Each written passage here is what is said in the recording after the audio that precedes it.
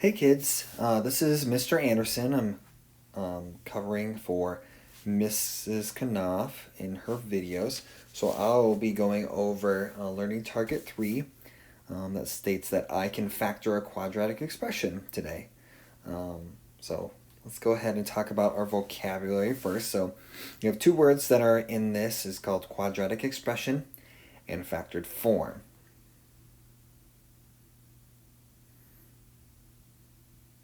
Now, quadratic expression is an algebraic expression with an x squared term. So an example would be x squared minus 10x plus 7. It's usually in the form of ax squared plus bx plus c, where a, b, and c are just numbers, always numbers, but you always have the x squared and the x. Factored form would be where you have two parentheses or two sets of parentheses where you have binomials, so an x plus or minus something and an x plus or minus something in the other one. So some steps for factoring using the area model. Step 1, we're going to multiply a and c from that quadratic equation or quadratic expression for values from our expression. Number 2, we're going to find two numbers that multiply to the number in step 1 but add to your b value.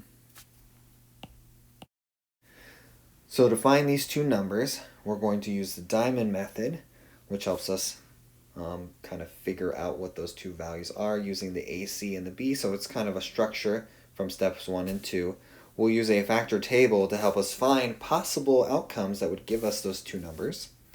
Then with 3, we're going to set up a 2x2 grid to help us find the factors from the correct boxes. To do that, to find those two parentheses expressions, we're going to use the GCF of each row and column. Place this on the outside of your box, and then we're going to rewrite those values into two sets of parentheses so that we can find our answer.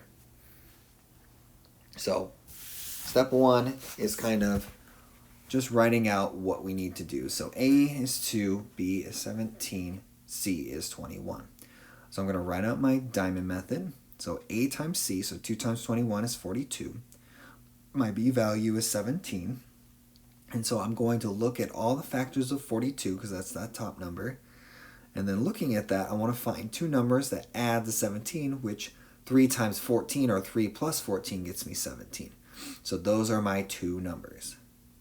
Then I will take that and I will write out my quadratic expression with, instead of the 17x, splitting it up into 3x plus 14x because we're breaking it up into two things. And so then I line them up into my box, my 2x2 grid.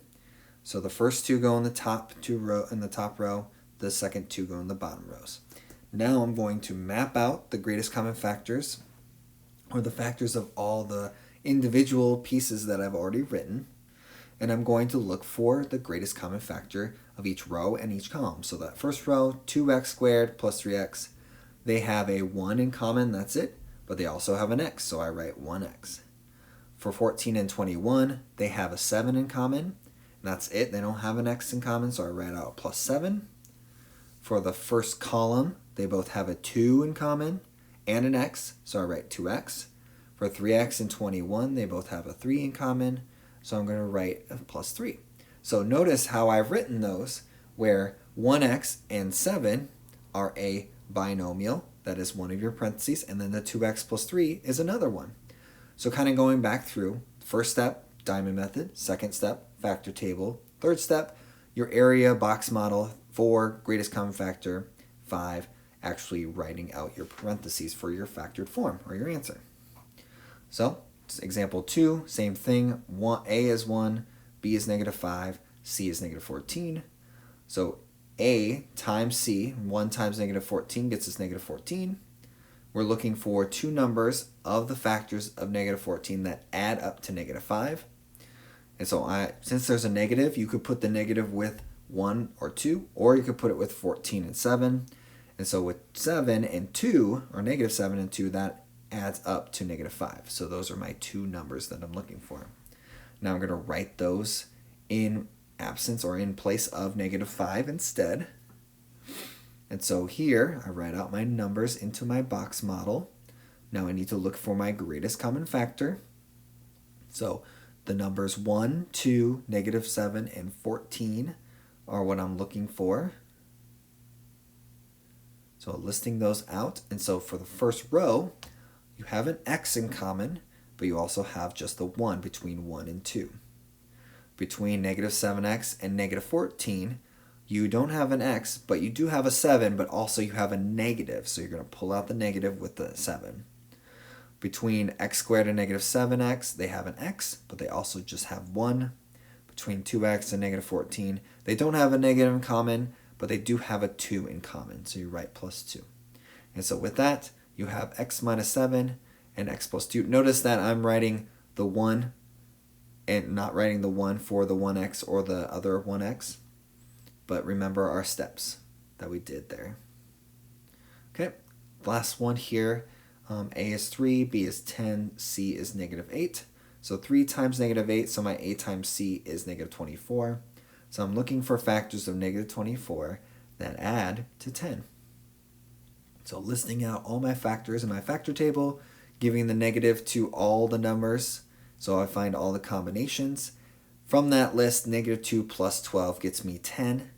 So -2 plus 12 should be 10 there. So I write out my expression that I'm going to split it up into, so I can put it in my box method, my area model.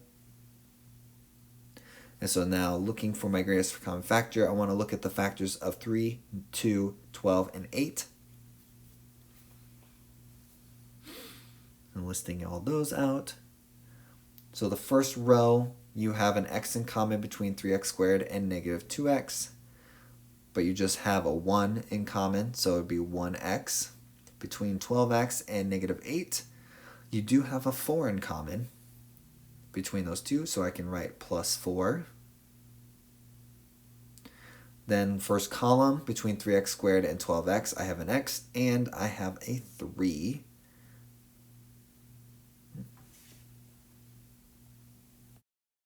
Between -2x and -8, I have a -2 because of the -1 and a 2. So then my answer should be 3x minus 2 times x plus 4. Remember, diamond method, factor table, area model, greatest common factor, and factored form. Okay, thanks. Have a great day.